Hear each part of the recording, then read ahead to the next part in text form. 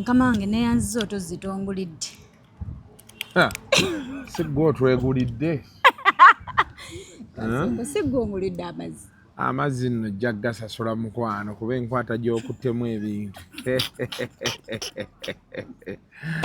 Naye ng'oli otya? Gyendi ogamba yegwe Julie Promise.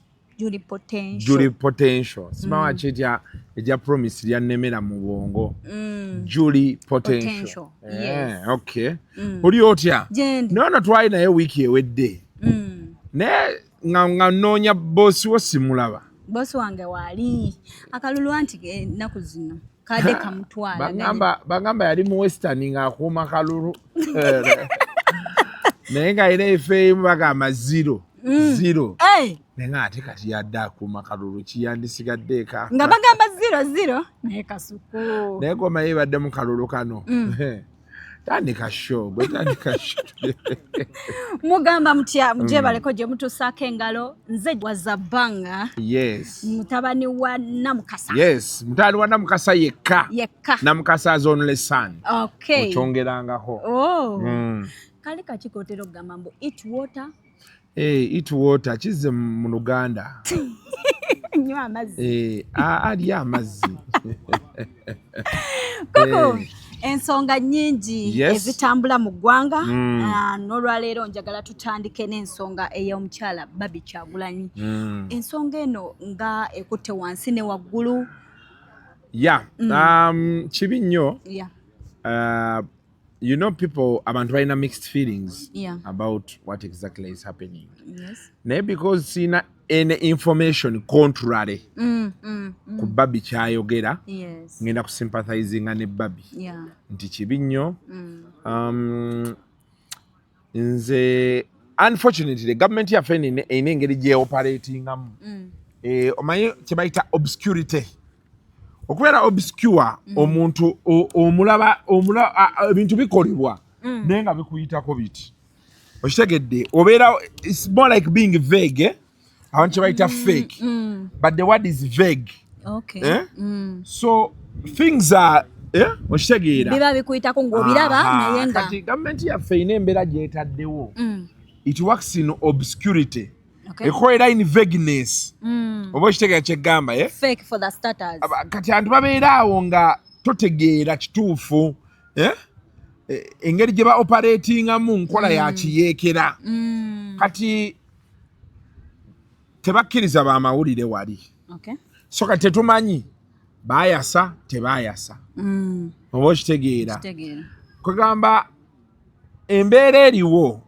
Gavumenti tevaayo yokunnyonnyola sayidi yaayo. Weebale. Teyeegaana nti banaye nedda.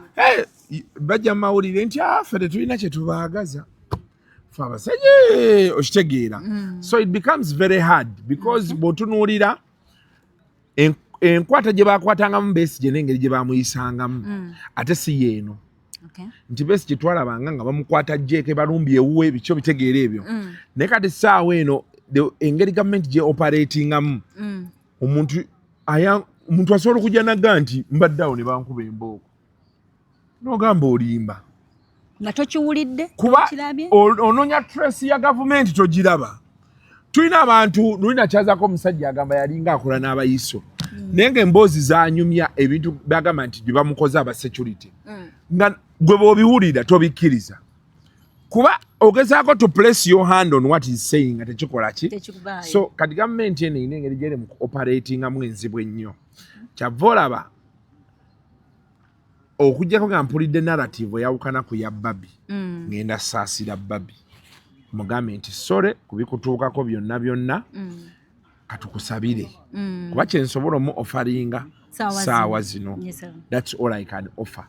The way this government is operating nkambwe nnyo ekukuba tomanyi. Invisible. Okitegeera kye ggamba. Kyekyo. Okay. So ensonga ey'okubeera nga bbaawe talabika nayo yagikonyeeko bagamba bamubanja bbaawe olaba nga kyekituufu. Anti kati kiddayo wali nti poliisi yo bejja etugamba terina kyeyagaza Bobi Wine. Era ffe tetulina kye tumwagaza tumuleke atambule. Ate eno Bobi Wine atugamba poliisi emuli bubi ne bali bakola ki?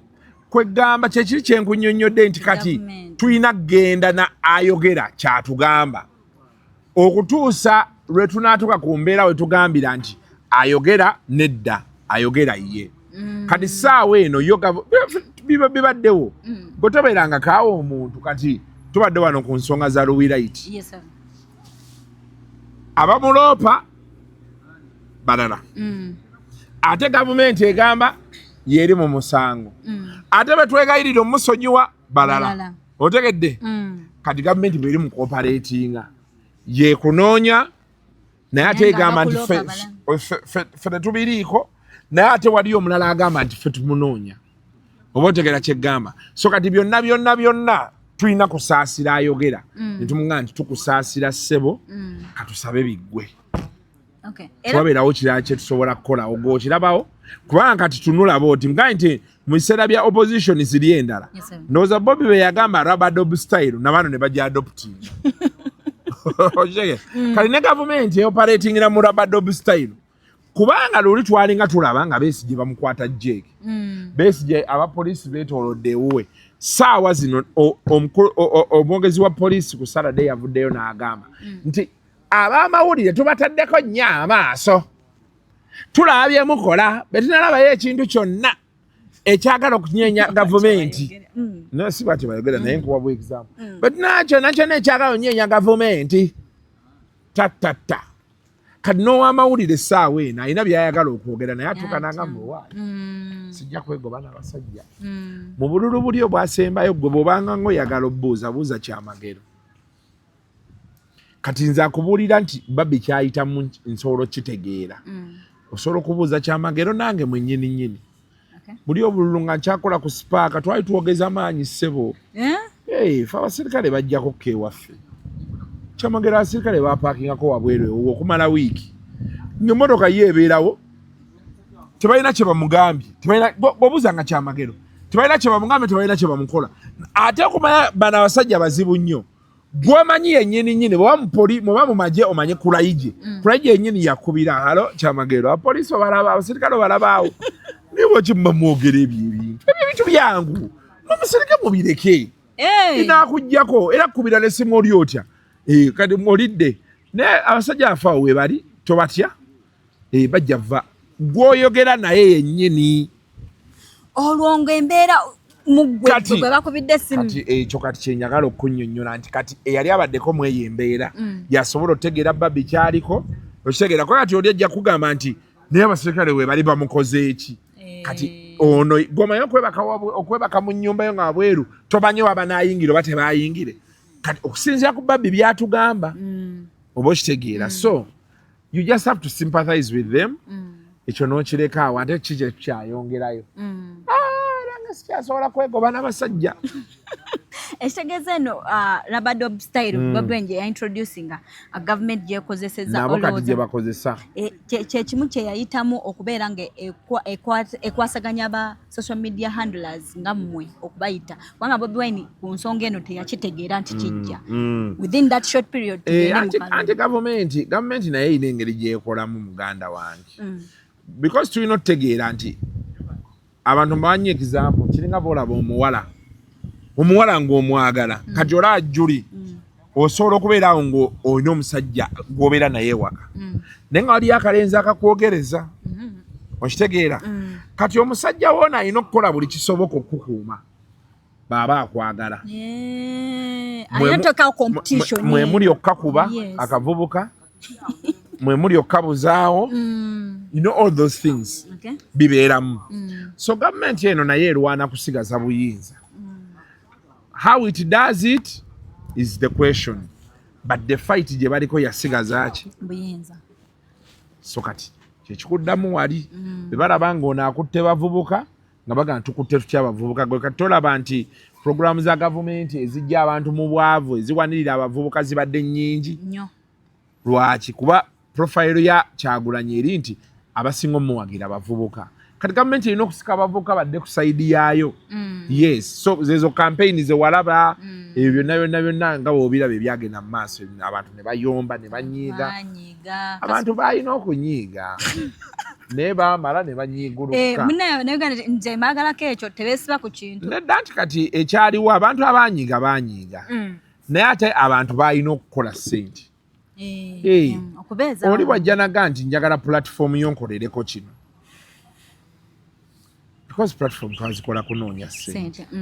So abanyiiga baali justified, maybe bo baali balowooza nti omuntu oyo teyandikoze kyeyandikoze naye kyabaawo kati netugenda kukiddako. That means mwe mwali ku business, not that nti muli ne be twandibadde tuwagire NRM. Abantu balekerawo okuteeka abantu ku pisto. Buli muntu akkirizibwa okuwagira kyayagala. That has been the biggest undoing, by the way. Era bye bimu ku bisinza okunyiiza abantu. Abantu buli omu abona. Okitegedde? Nze nina abantu b'ensanga nga yo obuzibu bw'alina agamba, oh my God, this holiday my dad told me to stay here, yet I wanted to go to Nairobi. Nga kyekizibu ky'alina. Okitegeera? Tulina otandika okwemanyiiza nti buli omu alina ebizibu bye, buli omu atunuulira ebizibu bye. Okitegeera? Collective responsibility etusange luvannyuma. Yes, that's as simple as that. Okay. Yeah, kati ekirungi buli omu yategedde. Bwe oba olowooza nti abakola ezo rale ba NRM, kitwale nti ba NRM. Kati Katonda yakuyambye nti obwa bategedde. Baveeko, baleke. Bwe toyagala kuddamu kwogera naye toddamu. But omuwe business tomuwa. Atuuka abone bibye. Oba okitegeera kye ggamba. Kuba kati tosobola kunyiigira muntu anywedde kooko olw'okuba gw'onywa Pepsi. Kye tuliko wano. Oba okitegeera. Kituufu nnyo. Oyogedde ku nsonga ya Louis Light. Otwalabako nga mwogeragazaganya n'omukulu Bebe Cool. Simu n'agamba nti amusonyiye. Louis Light mu mpeera eno afuneyo ku ssuubi lyonna nti 2nd Feb ayinza okufuluma akaduukulu. Wanje? Sirowooza kuba yeyagala nti yamusonyiye naye agamba ye si yaloopa. Byebyo. Kati ate amusonyiwa obuzibu kati nze obuzibu bw'emmanyi kati bwe bukyali. Buli kuba abali ku social media abateesa. Obuzibu bw'abantu ba social media era nalabye kati mukana akalolo bagambye nnyo abantu nti eyo vaayo jangu. Jangu buli kyoteesa okiteeseze wano. Kibadde big nnyo prominent. Kati abantu bafa ba social media oli baba tali luzira yalowooza luzira wangu. Kati omuntu yenna mbabuulireko ne oba togenda nko ku poliisi. Poliisi ogiraba kati nze nayinanga mikwano gyange mu poliisi bonna nabata. Era oli bakubira omugamba kale gyebaleko beera bulungi. Kuba ku poliisi era tagenda kutaasa. Era omaliriza olina kukubira abantu balala. Otegeera? Ngono kiba kyamususseeko. Be bakuloopa n'ojja. Oba owedde. Ebisigadde biba tebikyali mu mikono gyo. Fayiro yo begenda ku poliisi, owa poliisi okujjako ng'agenda kuzanyira mu kunoonyereza.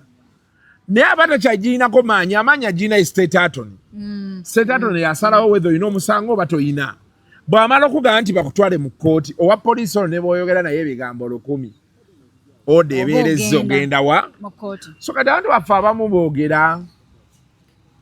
They don't know the gravity of matters. The gravity force. Obeera waawo maani. Bintu si byangu. Nze mbirabyeko. Nze baali bansibyeko.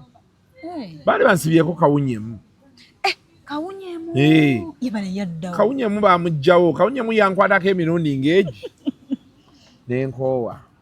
Omanyi Kawunyemu yali mukambwe nnyo. Nga ne wano waliwo ebbaala yali wali wansi nga bagiyita Velocity. Nga Kawunyemu ate abeera wali ekyanja wali mu Stenseni. Tomanyi nti baatukwatako Kawunyemu ne bamuteeka wali nga wakava ku bypass yandere owetojje bw'oti ekisaasi. Kale baateekawo Kawunyemu awo. Kino kidda wali ku bitaala waggulu, kino kifuluma ebitaalo dde ku bypass. Nga eri wali asigale wano basigale. Kati ng'eyo ruutu yonna jjukira abantu Kawunyemu yakwatako ne bypass. Tokimanyi ekyo? Kati abantu ne bagantandika kunywera waka. Sowa n'ekyanja baateekawo Kawunyemu wali ekisaasi ne baleeta Kawunyemu ne bamuteeka awo olaba ng'onojja otuuka ekyanja mu ttawuni baku Velocity kyanja moolo awo nga ku kyanja moolo awo ku Toto baamuteekako kaawo. Kati nga mu buli mbeera ne bano abanywanga nga bava gayaza wawawa jjukira ng'ate n'empereerwe waali. Kawunyemu yali mukambwe nnyo. Kati ab'amabaala ne batuuka nga basasula Kawunyemu.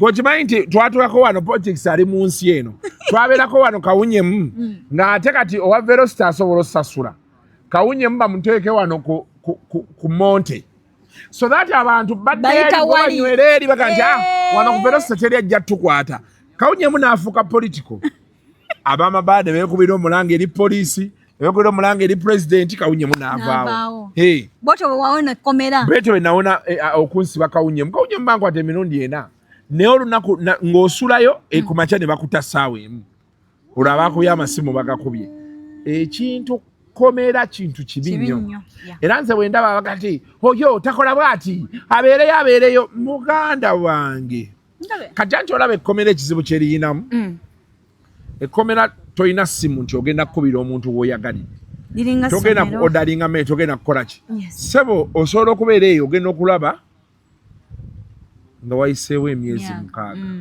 omwaka nga gugudde mu by'okusaaga nga bano bonna abaali bakuteesako bawoza negala omwana akyaliyo okay n'ogenda mu by'essaaga so nze kye nagambye abantu balabe engeri gye boogerezeganya kive mu ddiiro abantu be basibye betulabyeko abasinga bavaayo balaga tizuke obulamu bwe bumu anti nga babasibyeyo wiiki baba basibyeyo wiiki emu oba bbiri kati jjukira bw'oba waakagendayo abakukyalira baba bakyajja naye oluvannyuma lw'omwezi oli agamba kasita nagendayo kati olaba abantu abasinga balina kye bakola kiringa ng'oli mulwadde bakuwadde ekitanda abantu bajja bangi buli omu agamba wayi kaŋŋenda ndaba enveewo ne mu kuziika bwe kibeera bw'ojja olabe ng'ofiiriddwa abantu bajja buli omu ayagala akubuuzeeko omulabe teri agenda kukomawo teri anaabuuza abaana basoma bakola ki kasita twaziika oba nfuna bulungi now that's the sad reality awe wali reality so abantu baffe balina kukkakkana fena we tuli ensi tugijjeko amaanyi tugireke waliwo wootuuka n'otunuulira ensi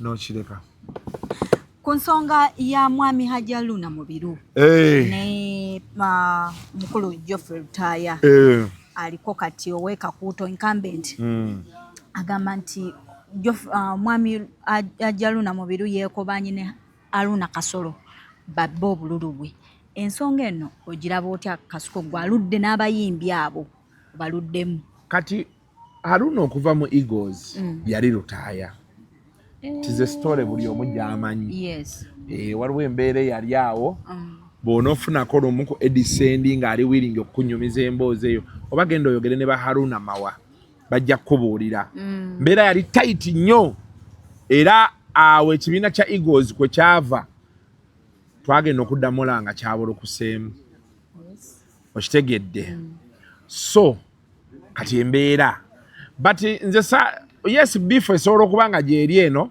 naye saagala kulowooza nti Aruna akirinamu omukono kisoboka okuba nga Aruna kuba yagamba yali awagira Kasolo era maybe yali agenza oba kumubeererawo that stuff oba okitegeera ate abantu balina omumanya olw'okuba tukola omulimu gwe gumu tekitegeeza nti tuli ba mukwano we have to understand that so oli alinawe owuwe gwe yali awagira bw'oteekako kali ka background ne ababba Lutaaya abamanyi era akimanyi nti Kasolo gwagamba nti yeyakwata mu bululu bwe tewali mulala ate Aruna akwatira mu bululu bw'oli kati oli yekimusumu yatiikinga ekyagundi tekyalimu kutiikinga ekya Lutaaya bakola by force kyenawulira bakola by force DRA form ne bawamba kawo ze bawambye n'ebisigadde bekyusiza tomanyi nti waliwo baatuukanga bya by force kati ng'ewa Nyanzi naye Nyanzi bannange yakaaba bannange nze ntya n'obululu kati naye kati kambuuze omulimu guno ogw'okugenda mu parliament mulimu oba kuweereza kubanga abantu bakaaba nnyo ne mulimu olaba benefits z'okubeera MP omanyi nti bw'obeera MP osobola okwewola up to $1 billion. Up to $1 billion. Those are some of the privileges. Gw'omanya okuyingira akalulu n'osuka ne bakuweerawo $200 I know. eby'emmotoka ne bakuweerawo iPad ne bakuweerawo ez'okwambala ezo kwa mando zazigaba buli mwaka buli mwezi buli mwaka bakuwa emotoka luli parliament yalinga wakati bakuwa sente gwe wenonyeze joyagala ne bamalaawo bakuwa medical ne family yo obo ina abaana 10 medical noyingira pension scheme simanyi oba mukyala we mupi bamusasula naye ate bakuwa PA ne driver nga parliament ye basasula manyi oba obulamu obulyawo ogenda kasereza sisobola okay, you can never say never naye nze kati ekyannemesa ebyobufuzi ebyo ebya election balonzi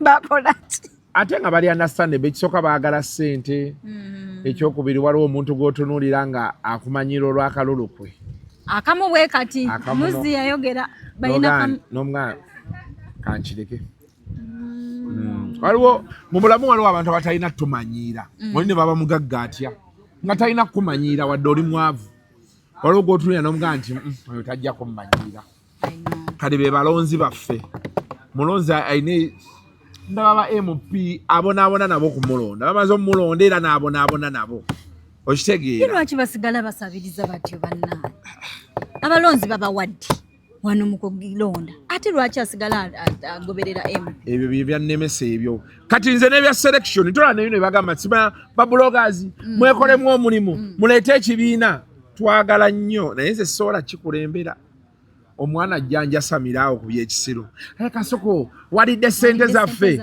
olw'okuba nagenze okubasakira bandabe ne genosale sajja tampaddeyo miliyoni 10 nange neekubeekubeko wano ku nfuufu oli atandika okukuliisa miliyoni 7 yali babawadde miliyoni 7 sinze akambeere ne kana akatini ke nnina sobola kumanyirwa waliwo abantu abamu nga talina kumumanyiira kyekyanzija mu ebyo ebyokweteekako minzaani kati nze ondaba wano nenkukwana omuntu omulala najja nti naye akwagala akutwala butwazi sekayanira mukazi kyekimu ne parliament sijogwa bantu bentyo Kasuku waninyumidde mu parliament kituufu naye waliwo ebintu byolaba omuntu nga bamukozesa nogani newankubadde kalulu kuba kati ogenda n'obalabalamu nga sente MP zaafuna kumpi ozifuna I know nga kambaleke abantu kabanyumirweko pozi kye balina bino bipassport byebabawa oba bibeera bya maroon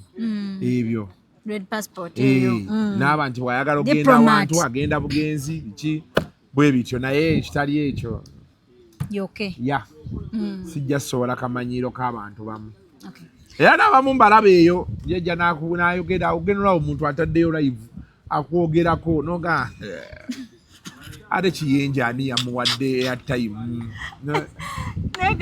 okimanyi abaana ba internet abo obasobola ate nze nsobola obbavuma obasobola nno naye kati waliwo gwolaba oli ajja enjala yamulumye asooka ove ku njala oli ojja n'omutunuulira n'omubuuza what is your claim to fame oteesanga because you know we have to ask people wasoma ki okola ki ndi tiktoker okitegeera kati ojja nolaba omuntu nga nomubuuza tiktok Kasuku amani influencer bayiga influencer kigambo ekyo kyava influencer mulimu nomugamba oli mutuufu ate abantu baffe senga bayiga abannayuganda obalaba omunnayuganda ate kyaliwo yennyini yasobola okozesa fake account n'akuvuma kasita nabitegeera ng'otudde naye wano naye abannayuganda banyumirwa hit of the moment ojalonga nti oyo bamulya ne bamulira mu ttooyi ne bibanyumira wiiki emu eggulire eddalako berijja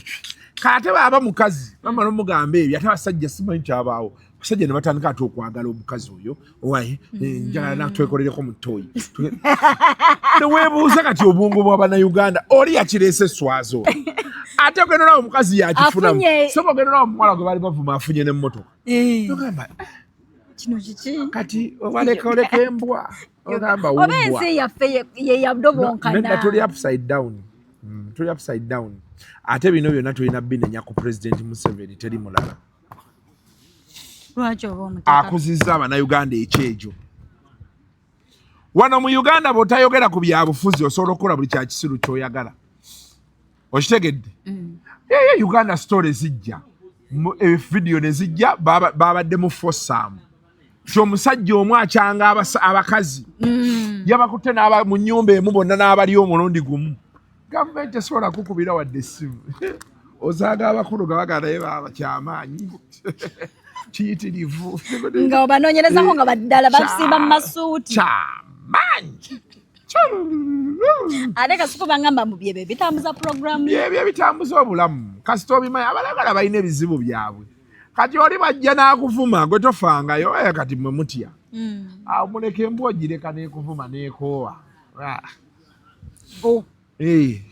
yitawo kyoyagala ekyo n'agenda kukiddako nga tuzzayo ku nsonga ya aba Hajaruna ne Geoffrey Taya olowooza ani asinga okipika mu bano abantu kubanga tewali akipikamu bemanyi they are sworn enemies bino ebisigadde they are just dancing to the gallery what made the matters was Haruna mubiro kubeerawo kuba ninga gwe nalaba yeeri ye Haruna agamba yali agenze beerawo kyaliwe Kasolo ate nga kitegeerekeka kuba Kasolo yawangula Kasolo yalina okulaga nti kyotera amuyina tosobola kubeera memba wa seeke nga district gy'olimu erimu abanuupu oba nga bameka kati buli omu yabadde akola kakasa era kati teweewuunya Haruna Kasolo microfinance nga bamugjeeyo nga bamutadde nga mu investment oba nga bamuwadde ministry full ministry somewhere kuba naye okitegeera kati Haruna naye abala Lutaya Bayitamu nfuna kitewali nga bamugambi nakyali wange ali mu parliament Kasolo Bayitamu nfuna ki Kasolo ayinza omuwa ddiiru y'okusapuliyinga piraawo I know H&M ku microfinance support center wawa bonna Haruna supplying emmere nga Haruna omwezi alina miliyoni 3 zajja mu government lwa mmere ye kyamuntu bamwana na mu impenti za bwerere ng'atadda ku biri Lutaya is okay munyiivu era musaasirako okukolima tetusobola mugaana kukolima ekyabaddewo tugende kukiddako baba asobola agende mu kooti baba tasobola awabira Kasolo ate abeera awabira Kasolo ate agenda kukola kyaluna era ayina mumukolimira waliwo ekirala tewali kati eyo tuli mu kumala budde tulinga bali bajja kugamba nti Jury potential kali awo kati ni sima kalwadde kasirimu kali agenda kukola kitewali aba amalirize twabadde mu kalulu kwa Lord Mayor kalulu kabadde kakambwako n'abantu tebatangize up wabaddewo low voters turn up yagambye nti nze kyemmanyi munda muli abannayuganda abannakampala abasinga bamativu ne kyembakoledde yakoze statement eyo adde mu kyoko yakoze naye gavumenti eno nenga kiri kyawala nnyo ekyokusatu kye baamuwadde oyo omusajja w'enaale muyaani oyo yawangudde gwomumanyi ayibini yabadde owokubiri yakubye lukwaga okudda mu kyokubiri abasajja bannaye okaaba bwoseka mu Uganda kati Mayor Elias Lukwago bagamba nti at least ensonga zino yazirabye nga zijja yandibadde avaako n'asigaza dignity ye ng'omuntu bwekyo okyogerako akalulu buli omu abeera amanya ajja kawangula yabadde akisuubira Lukwago abadde w'amaanyi just mbeera ye yamukubizza ekisooka abadde aluddewo okitegeera abaddewo emyaka 15 you expect the hangover ekyokulala balimu ezo yazze nga w'amaanyi nuupu y'amaanyi wano mu urban centers ekyo kyoba oli ayagala oba tayagala y'amaanyi so Nelly Nabiira baamuwangula naye era singa Lord Mayor yaddayo n'atunuulira pattern Nabiira yali alidde mu bululu ng'alina kyakutteko so buli muntu ajja mu bululu abeera asuubira buwanguzi naye abalonzi ne bakulagako abalonzi kyovola tobaagalira ddala sibalinako obuzibu naye nze sibagendamu nze simanyi ebintu byakwegayirira bantu sibisobola so omukulu Elias Lukwago mu nsonga eno bamuwangudde akalulu ebigambo byawulira bingi oyinza muwabaka ki anze mwebaza kimu kyokka Elias yatukwatirirako kye yatukwatirirako of course kati ngambe nga nti government engeri gy'operatingamu eyina engeri gy'ekolamu ebintu byayo nti eventually abantu batandika ate okubuuza gwe yajja nga savior nze akalulu akawedde nakola street talk bw'ogenda kandabe wano abantu mbalagirireyo Kasuku live bw'ogendayo street talk nya video eyo ndabe bagiyita yino ogirabye 14k 5 years ago bw'ogenda ku Kasuku live no searching a street talk Elias Lukwago Meiruzi seat because of ojajira kuliko nabira ne gondi nakirira wansi eyo ku nkuluma ngambuuza abantu ani gogenda okuwa ambuleera naye Lukwago ku bantu 10 Lukwago yalina nko 6 nabira bameka bana kati nze kitandika okumpa indication kyetulaga kati waliwo omusajja omwe yagamba nti ku nkuluma awo nasa ndoza gyeggwerako waaliwo eddwaliro lya KCCA kati nga bagamba mbu Lukwago yagambanga nnyo rule of law naye babakyamusa tebajja twala ddali tebajja twala ddwaliro ne balitwala ndowooza baatwalawo I don't know ye nanga ntugenda mu kkooti kati omusajja oyo omu bw'onogenda nolaka vidiyo ako agamba ajja n'atugamba ebintu kyokka ate era ne bamala ne bakola ki ne babitwala kati gavumenti bano bajja ne boogera bye boogedde naye eddwaliro nga ligenzi kati abantu olinyalingaga nti twagana embeera eddwaliro we litagendera ekyo kati kyali kati gavumenti erina kyekola ekuteekawo era ne balimwezi ajja kifeesinga what balimwezi needs to do ayina either balimwezi ayina okujja ku city hall ng'agenda kukunga abantu b'ekyanga nga Babesije we byali nti baagala twala ddwaliro abantu ne beeyiwawo oba ayina otandika okunegotiatinga n'abali mu buyinza nti banaye temutwala ddwaliro n'ayogera nabo bulungi bwe kitaabeere bwe kityo ne balimu ezo after ekisanja kimu babiri agenda maliriza alinga Lukwago kiki ekinaakola tujja genda maliriza nga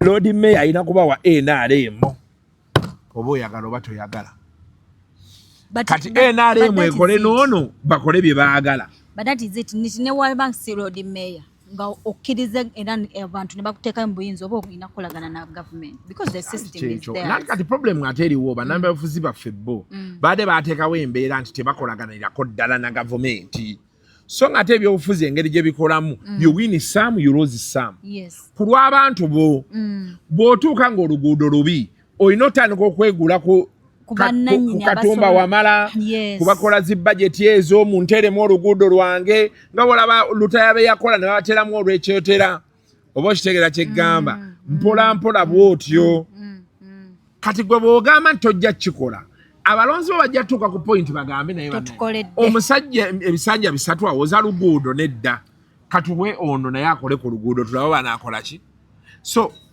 the opposition has however painful it is they have to find a way they are going to compromise on certain things. Not all the things, yes, but on certain things. With the government. Bagende maaso. Okay. Mu ndaba ye ebintu. Olowooza Lukwago ebisanja byamazeeko ebitaano. Biki byakoledde Kampala na biki ebimulemye. Nze ndowooza Lukwago kale ayina plight y'abantu balwaniridde. Yes. Nga abatembeeyi obutale obujjukira baali babutwala bakitegeera okubeerawo nti abadde akyakuba ku nduulu alina byalemesezza but of course Lukwago ng'omuntu naye talina nnyo kyabadde asobola kukolawo kanso ye yasooka abainalem besibe baali basingamu kanso ye yaddako mwalimu ab'opposition naye nga speaker oba yali waawa no ekisanja yasooka yali ya DP eyokubiri ya NRM eyokusatu ebadde ya Nuupu nga Luyirikata naye amutwala kaguddeyo oba okitegeera kati n'asigala nga waali ali ceremonial ekyo ekifo lwakuba nti abantu bakikayanira bandikirekedde ab'NRM tebalina kye bakolawo ne baweereza mu kansa abantu abasinga nga bannuupu kati simanyi oba kansa eno abantu abasinga mu bannuupu kuba speaker ate alabika okuba nga alina amaanyi agasinga ku ga Lord Mayor. okitegedde on paper kiyinza okuba Lord Mayor w'amaanyi naye speaker bw'aba agenda kukubiriza kanso egaane Lord Mayor byaleese Lord Mayor asigalawo nga kifaananyi nakitegedde so but Lukwago rule of law abadde nnyo mu mateeka ayambye abantu abawolerezaako ku misango atadde gavumenti ku nninga aexposinze ebintu bingi. I think it was just his time. That was it. Naye tumusabira birungi byereere. Lukwago emu emuleetedde obuzibu abadde yagaana okukola compromise. Kati compromise buli lw'ogigaana wabeerawo bano bye bandyagadde okukola. But because obigaanya ate abalala ne bakola ki? Ne babifuna. Awo ziwe buva. Kale nga tumaliriza waliwo oluvuvumo olutambula nti ba YouTuber babawaddeyo akasente. Ba YouTuber simanyi sina manyi ze babawaddeko. Yes. Sina sente za YouTuber ze nawulidde nti babawaddeyo. However, waliwo omwami eyali General Secretary wa Uganda Bloggers Association mu biseera bya Ichuli. Zubeda yakyaza Honorable Peace Mutuzo ku biriko bya NRM online rally. Honorable Peace Mutuzo namugamba nti sente z'ababloga gye ziri kuba baba listinga nga ba beneficiary ba influencers actually bayogera influencers kwa government ye bamanyi nga ba influencers. Kati Zubeda bajja n'abingamba ne nkubira omwami yo ne mugamba olaba let us see tusobola tutya okujjayo sente ezo za kwewola. Era twava ne tugenda to meeting Honorable Minister Peace Mutuzo enkeera nga bajjako internet. That was I think Tuesday. Monday, it was a Monday. Tumu meetinga n'atubuulira interview bw'ogira by'abyogera byonna. Sente si za bwereere, sente za kwewola ku percentage entini oba eri 4% oba 8%, something like that. So naga naye baziwa bibiina nga biina SACCOs. Okitegeera. So ne tukomawo wano ayina ntumugamba ono General Secretary w'ebyo ebibiina kati n'abaako be yatukwasa. Be yatukwasa ne tubakwasa oyo. Kati abadde abigobako era abadde anoonya emikono abatuukirira abantu sayininga to constitute SACCO. Kyemmanyi bwe banaamala bagenda yita meeting abantu babannyonnyole babasomese then balabe ba proceeding. Because process ekyali mpanvu. Olina ogenda mu Ministry ya Trade ne bakuwa license ya SACCO bingi okitegeera. Kati ndowooza abantu balaba epapula eyo nga biyitinga ne balowooza nti sente zaavuddeyo. Naye sente ezo ate abantu tebeeraliikirira nnyo. Gavumenti efulumya lisiti y'abaafuna. Era mujja kulaba nti Uganda Bloggers Association oba Uganda Influencers Association kati gw'olina kunoonya w'oli. Bw'oba oli mu association y'ababulooga nola nga baafunye ng'obagamba tobabanja sente si za bwereere. Olina owandiika kati abantu olina owandiika proposal yo nti njagala byuma bya sente beeziti ne beeziti. Kati bano abali mu SACCO ne bajja ne banoonyereza ne bagamba okay. Ate era sente ezo tebazikuwa cash. Olina okuba n'akawunti to keep a record.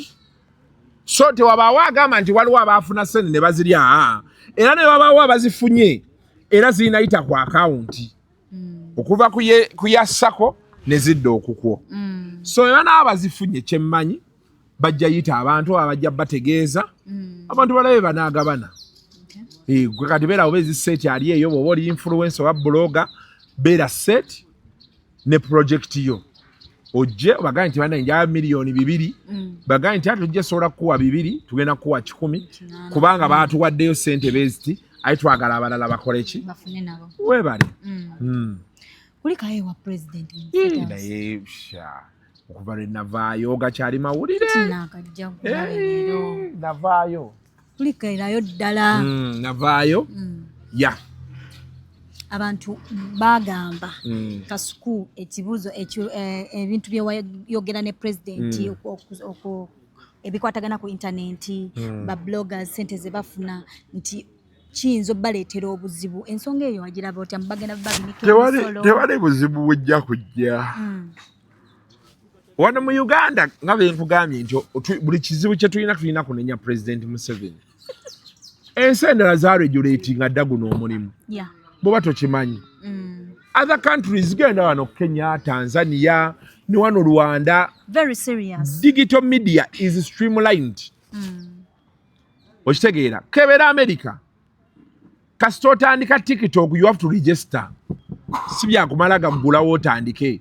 Olina registeringa. They have to know tukujjawa. Yeah. How do we get in touch with you? So kati ffe wano ffe tukyalinamu obwo obuzibuzibu obw'ensonga gye nkugambye naye omusolo tulina okugusasula. Okay. Then tulyoke tugambe gavumenti waki internet tetambula, waki ebuukabuuka, waki eri slow, waki ebifo ebimu tekwata. These are facts. Kati because tuli mu system emanyidde buli kimu tubba kibbe, buli kimu tukukuta nakyo, yensonga lwaki owulirayo abasiru ababyogera ebyo.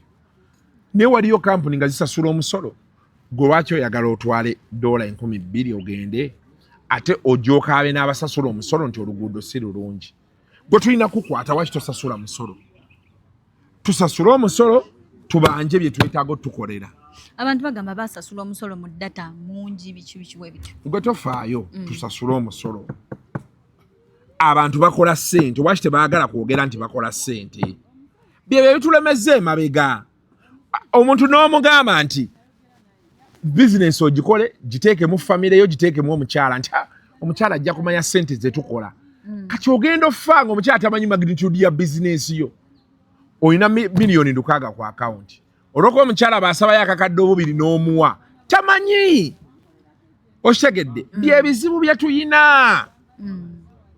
People are making money. We have to admit. Now, government yonna tukolagana nayo tulina ogiraga nti be muli nabo si banaku. Yensonga lwaki obawulira mbu ssente zaafulumye. Tamanyi ssente zaafulumye, tamanyi kyezikola, baatandise dda okwogera. Because baagala bya bina buli kiseera. Hey, buseera baagala bya bwereere. Omusolo tujja gusasula. Abantu bagamba mbo era mu discussion ezengendo obeera nazo going forward ku proposal gye bagamba okuwandiika nina oteekamu ekyomusolo. Tulina otutuula wansi ne twogera ne URA ne tufayininga common ground. Si URA kujja buziga nti gwe sasula bee gutya. We have to pay the taxes. Tulyoke tuteeke gavumenti ku nninga ne UCC etubuulire lwaki ebintu ebimu bikola nga bwe bikola. Naye saawa eno twagala okwasamira UCC tugiwa ssente ki? Ojaga nti osasula data. Oli tasasula data? Kati oli ye alya ku internet nga gwe boogiryako. Yenjawulo. Let us accept nation building to embracing effenna. Tufuna we tuteekera abasajja ku nninga nga tulabawo. Naye abasajja abasasula obusolo balinga ebitundu 3 ku buli 100. Era be batiitiibya. Gwe kati oyagala bakutiitiibye gavumenti ogiyambye eki? Tulina osasula omusolo kyo kiwedde. Ekisemberayo ddala era abantu bagamba nti okusinziira era ku eyo statement, that's why ne internet we bagijjaako okugizza eri silo kati eri down. Internet leero gye n'omuhoza agambye bagitadde yonna. Era nze ndi ku WhatsApp wano ndowooza olaba. Eryokke kati. Yejja kwetolaba nti ejja. Ne voice notes buli kimu togira yeeyo siri ku VPN. Ako VPN. Tegeza gye n'omuhozi yadde agikutte. Yagambye nti bagenda gita. Ne kibeera. That's okay. Kale kuku sibula ku bantu. So naye nga ekyokujjako internet saakiwagira ayise osomera epipa saying Kasuku ndowooza olaba. Mukama wange abantu bonna abali eyo nga tunenya abantu kola nnyo obeere ng'omuntu oyo oba funa omukisa oyitibwe naawe oteese byoyagala okukola ki? Okuteesa bino byewateesa bibyo. Binateesa byange ku mulimu gwange gwenkola. Yes. Era nze wano wo nja kulwanirawo nga bolaba nalwaniranga ab'amawulire ne wano nja fiirawo okulaba nti kubanze nfunamu. Bw'oyinza okuba nga ofunamu naye nga tofunamu nga nze naye nze nfunamu. So tubeere bakkakkamu, bw'ofuna omukisa naawe ttaaniyo beetuuka yogera ebibyo. Ebikwata kwa boli wa bulimi yisaawo obulimi. so byebyo naye nga mwebale kulaba tegusuulwa live mukyalo ono mumuwagire Julie Potential simanyi waki ekya promise kyannemeddemu Julie Potential mumuwagire twewagire beetuti by the way we lose nothing nze njagala nnyo business eno bwe tunaawera nga tuli bangi abantu nga bafunamu tulina maybe bye tuna you know naye waliyeyo kati oli abeereeyo ebizibu biri mu ggwanga lino neyanziza kuku thank you so much nze Julie Potential tugenda kuba nga tubaddira omulundi ogujja for now katubasiibule ku lw'amawulire ageesigika bye bye mwera